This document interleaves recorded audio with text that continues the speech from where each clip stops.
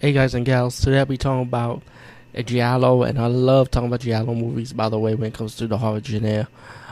This one is called Don't Torture a Duckling from 1972, done by the legendary horror icon director Lucio Falucci.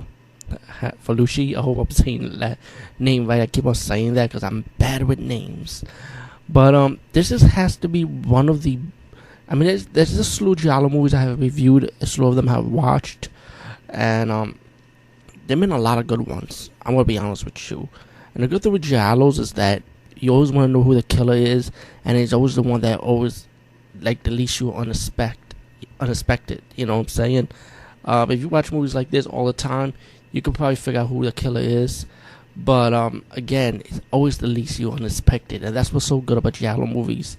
I mean, I think like movies like Usual Suspect, even though Suspect or Scream One wasn't giallo, but it could be a giallo style because Scream did a great job on that movie because you didn't know who the killer was, you know.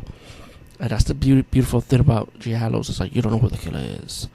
And Don't Torture a Duckling is no different. But I think this, out of all of them I have seen, who the killer is, I think this has to be like one of the. I would probably say like one of the top 5 in my list, because this is very underrated. This is very underrated because a lot of people don't talk about it too much as they used to, because this was done in early 1972, and I think more people should talk about this one because I know the title's not, to me, the title's not catchy though, because that's why I guess most people might be turned off by it. But when you have a director, a talented director, it makes you want to see it. So to me, I think that Falucci, excuse me for saying his name wrong, it will be the reason why you want to watch this movie, you know. But the title, I wish they had given it a better title. I'm gonna be honest with you. And one fault I have, a nitpick about this movie, is the poster art. Like, not this poster art, but the original Italian poster art. It kind of gives away the killer, you know. Spoiler. But I advise you not to look at the Italian poster art because it just ruins it. I don't know, why would you advertise a movie during its time? I mean, and just show who the killer is, you know. So I advise anyone, do not look at the original poster art. Anyway, No Torture Duckling is about this town, and these young boys are getting murdered and killed, and you get this big investigation of this police force trying to know who the killer is or why they're killing these young kids.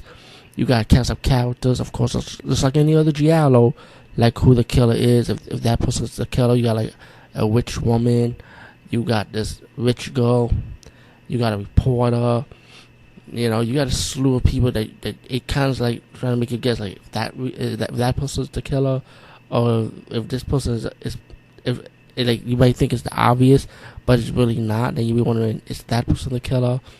The kill scenes for these young kids is simple kill scenes, you know, but the special effects is kind of like cheesy. There's one kid that get drowned in the pool. Of course, it's a dummy kill scene. Like they put a dummy with the mouth open, you know, in the pool. But it's just funny how they set it up, you know.